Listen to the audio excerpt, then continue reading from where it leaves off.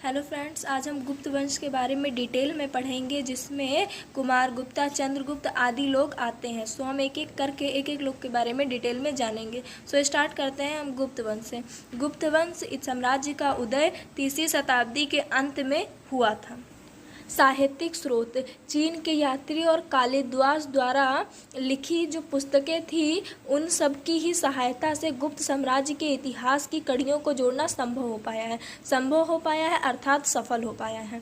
चौथी शताब्दी में उत्तर प्रदेश में एक नए राजवंश की स्थापना हुई, ठीक है, या फिर ये भी कह सकते हैं कि उदय हुआ, ठीक है। और उस जो मतलब जिस राजवंश का उदय हुआ था उसका नाम था गुप्त वंश, ठीक है। चौथी शताब्दी में गुप्त वंश का उदय हुआ उत्तर प्रदेश में, और इस वंश ने लगभग 300 वर्ष तक शासन किया, ठीक है। 300 वर्ष तक एक ही इंसान ने शासन नहीं किया, 300 वर्ष तक एक ही इंसान जीवित ही नहीं रह सकता। सो ये शासन पीढ़ी दर पीढ़ी चलता रहा, ठीक है। एक राजा बने, उनके पुत्र हुए, फिर उन्होंने शासन किया, फिर उनके पुत्र ने, ऐसे ही ये 300 वर्ष तक ये राज्य ने स्थापना थी और शासन किया, ठीक है। अब हम चलते हैं गुप्त वंश के बारे में जान लेते हैं, ठीक है। इनका शासनकाल 240 से 180 के तक रहा, ठीक है, फिर कह लो 240 से 180 के मध्य रहा, ठीक है। इन्होंने महाराजा की उपाधि धारण की। इनको महाराजा की जो उपाधि होती है वो भी इनको धारण हुई थी, ठीक है। इन्होंने एक मगल में एक मंदिर का निर्माण करवाया था, जिसमें इन्होंने दान में 24 गांव दे दिए थे। 24 गांव का मतलब होता है, और 24 गांव इन्होंने क्या किया था, उस मंदिर के निर्माण के लिए दान में दे दिए थे, ठीक है।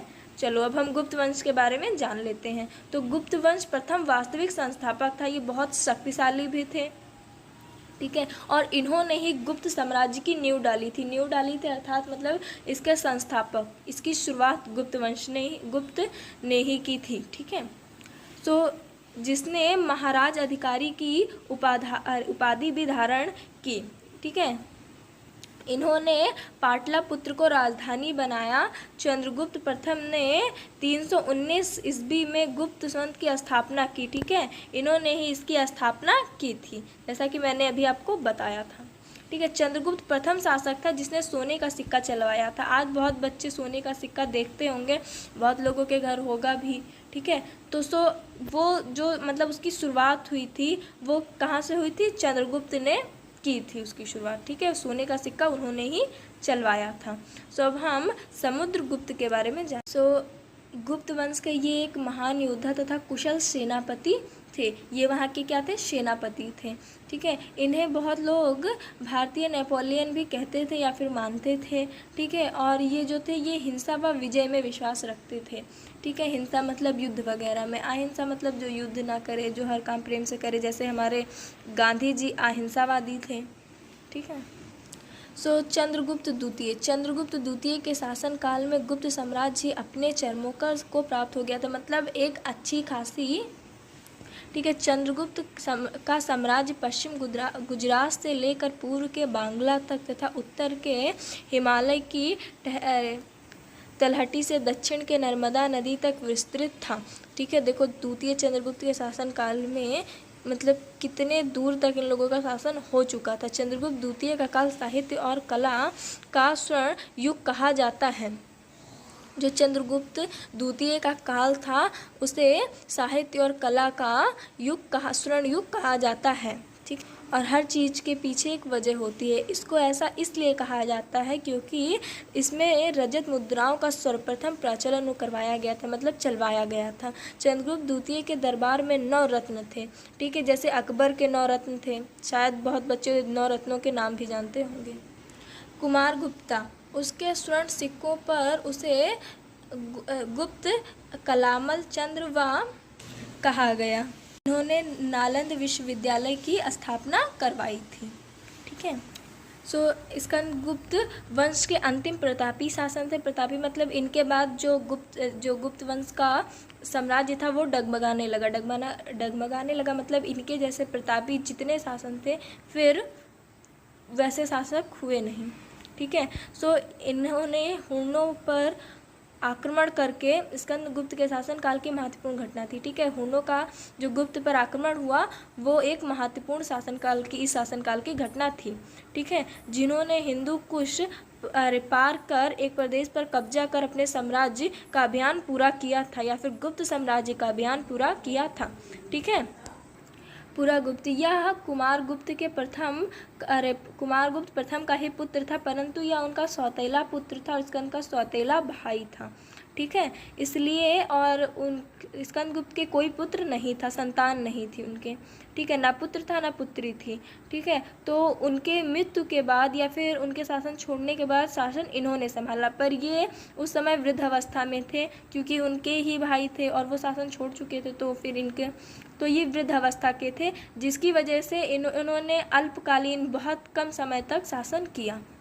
कुमारगुप्त द्वितीय पुरागुप्त का उत्तराधिकारी कुमारगुप्त द्वितीय शासक हुआ। ठीक है, गुप्त स्वंत 154 का उसका लेख मिलता है जो बौद्ध प्रतिभा पर खुदा हुआ है। ठीक है, यह निश्चित रूप से पता नहीं कि वह स्कंदगुप्त का पुत्र है। ठीक है, ये पता नहीं था अच्छे से। ओके, सो चलते हैं गुप्त साम्राज्य के पतन पर, कि गुप्त साम्राज्य का पतन मतलब समाप्त। ठीक है, उसका अंत किन कारणों से हुआ। तो जो स्कंदगुप्त के उत्तराधिकारी थे विशालगुप्त साम्राज्य को अच्छे से नहीं रख सके, मतलब अच्छे से नहीं चला सके। ठीक है, तो शक्तिशाली हुनों के आक्रमण और विघटनकारी शक्तियों के आगे वे निर्बल युद्ध सिद्ध हुए। इस प्रकार गुप्त साम्राज्य का पतन हो गया। ठीक है, वो निर्बल प्राप्त हुए, वो अच्छे से शासन नहीं कर सके, ना ही वो अत्यधिक शक्तिशाली थे। ठीक है, तो वो निर्बल सिद्ध हुए उनके आगे और गुप्त वंश के साम्राज्य का पतन हो गया, मतलब अंत हो गया। अब देखते हैं कि ऐसी कौन सी कमी थी शासकों में जिसकी वजह से अंत हो गया। ठीक है, अयोग्य उत्तराधिकारी। समुद्रगुप्त और चंद्रगुप्त द्वितीय द्वारा स्थापित तथा स्कंदगुप्त द्वारा रचित विशाल गुप्त साम्राज्य को राजनीतिक एकता के सूत्र में आबद्ध रखने में प्रवर्ती गुप्त शासक असमर्थ रहे। मतलब जिस तरह समुद्रगुप्त और इतनी कुशलता से उन्होंने शासन संभाला, आगे के शासक नहीं संभाल सके। जिस गुप्त वंश के साम्राज्य का पतन होने का यह एक महत्वपूर्ण कारण था। ठीक है, और गुप्त राज्य व्यवस्था वंशानुगत राजतंत्र की व्यवस्था थी, इसके कारण भी पतन हुआ। ठीक है, लीन प्रशासन गुप्त सम्राट के समय में गणतंत्र राज्य व्यवस्था का ह्रास हुआ। ठीक है, गुप्त प्रशासन राजतंत्रात्मक व्यवस्था पर आधारित था। ठीक है, और सिद्धांत पर आधारित था ये। ठीक है, किस सिद्धांत पर? वंशानुगत सिद्धांत पर। और यहाँ मतलब आप लोगों ने भी देखा होगा पुराने ज़माने में राजा का जो प्रथम पुत्र या पुत्री, मतलब जो उनका पहला बेटा होता था, शासन वही करता था। ठीक है, तो राजा अपने बड़े पुत्र को युवराज घोषित करता था। ठीक है, सो आगे चलते हैं। गुप्त काल में राजकीय आय के प्रमुख स्रोत जो थे वो कर थे, जो निम्नलिखित थे। ठीक है, भाग। राजा को भूमि के उत्पादन से प्राप्त होने वाला छठा हिस्सा दिया जाता था। ठीक है, भोग। राजा को हर दिन फल फूल एवं सब्जियों के रूप में दिए जाने वाला कर। ठीक है, मैंने आप लोगों को ये चीज़ें पहले भी बताई थी कि पहले के टाइम पर कर लिया जाता था, वसूला जाता था। ठीक है, सामाजिक स्थिति। चंद्रगुप्त भारतीय समाज परंपरागत में 4 जातियां थी। चारों के नाम मैंने नोट कर रखे हैं, आप भी अपने नोट्स में नोट कर सकते हैं। देखिए बच्चों मैं आप लोगों को बुक से भी पढ़ा सकती हूँ।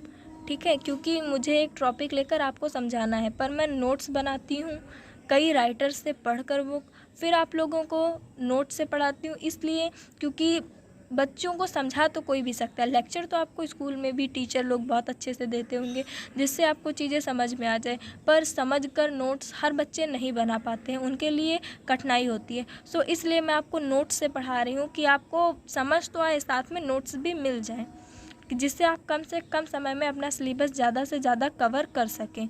ठीक है, अगर किसी बच्चे को हो सकता है पढ़ाते वक्त वीडियो में कुछ वर्ड्स मतलब कट रहे हों, सो उसके लिए मैं माफ़ी चाहती हूँ। और अगर बच्चों चाहते हैं तो मैं एक छोटा सा शॉर्ट वीडियो बनाकर डाल दूँगी। अगर आप लोगों को प्रॉब्लम होगा तो प्लीज़ मुझे कमेंट में बता दीजिएगा। ठीक है। सो कला और स्थापना, गुप्त काल में कला, चित्रकला, ठीक है, आदि चीज़ों की मतलब प्रगत देखने को मिली, मतलब आदि चीज़ें इनमें होती थी। ठीक है। सो अरे मंदिरों का निर्माण भी हुआ था इनमें, और ऊपर जो चबूतरे बने होते हैं, मंदिरों के ऊपर चबूतरों का निर्माण किए जाते थे। ठीक है, वो भी इन पर होता था। चढ़ने के लिए चारों ओर से सीढ़ियों का निर्माण किया जाता होगा। जिन बच्चों ने पुरानी मंदिरें देखी होंगी, ठीक है, उनमें ऐसा होता है कि चारों तरफ से सीढ़ियाँ लगी होती हैं, ऊपर चबूतरा जो मतलब छोटा सा बनवाया नहीं जाता है, उसको चबूतरा कहते हैं। ठीक है। तो सीढ़ियों का निर्माण, चबूतरों का निर्माण किया जाता था। देवताओं की मूर्ति को गर्भगृह में स्थापित किया जाता था। बच्चों, जो अंदर बनता नहीं है मंदिर, मतलब ऐसे चलते जाओ फिर, तो उसे गर्भगृह कहा जाता है। और गर्भगृह के चारों ओर ऊपर से आच्छादित मार्ग का निर्माण, आज के टाइम पर तो ऐसी मंदिरें नहीं बनाई जाती हैं, पर पुराने टाइम पर आपने जिन बच्चों ने देखी होंगी वो जानते होंगे। ठीक है, निर्माण किया जाता था। गुप्तकालीन मंदिरों पर गंगा यमुना की आकृतियाँ बनाई होती थी। जैसे पुराने ज़माने में लोग अपने घरों में मछली, कमल का फूल, ये ऐसी सारी डिज़ाइंस बनवाते थे, वैसे ही मंदिरों पर गंगा यमुना आदि की आकृतियाँ बनाई जाती थी। सो आज का टॉपिक यहीं तक था। मैंने गुप्तकाल वंश के आप सभी को सारे टॉपिक पढ़ा दिए हैं। ठीक है, आगे की जो नेक्स्ट टॉपिक रहेगा वो हम आप लोगों को नेक्स्ट वीडियो में देखने को मिलेगा। आप लोग एक बार वीडियो देखकर फिर नोट्स बनाएं, ज़्यादा समझ में आएगा। अगर आप समझकर डायरेक्टली नोट्स बना सकते हैं तो आप ऐसे बनाइए। प्लीज़ चैनल को लाइक, सब्सक्राइब कर दीजिएगा एंड अपने फ्रेंड को भी शेयर कर दीजिएगा, जिससे उनको भी हेल्प मिले। Thank you.